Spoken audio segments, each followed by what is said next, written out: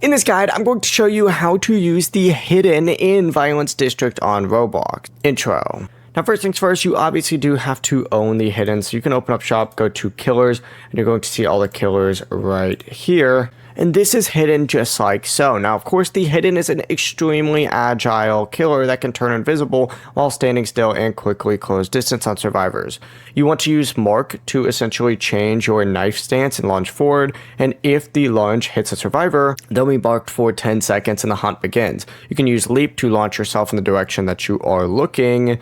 And then, of course, leap can also go over pallets, vaults, and other obstacles, so use it to cut survivors off during chases. Now, when you're not moving, the hidden does become invisible, which is super useful for hiding your position before attacking, and this is super nice, especially if you're by a generator. You can honestly just camp it. Before you do leave, make sure to like the video and subscribe to the channel with all notifications on. It really does help with the channel and it lets us know that you want more content like this. We'd greatly appreciate it. And if at any point throughout this guide you did have any questions, just ask them down in the comment section below and we can help you out further. I'm going to be doing my best to reply to every single comment down there. Peace.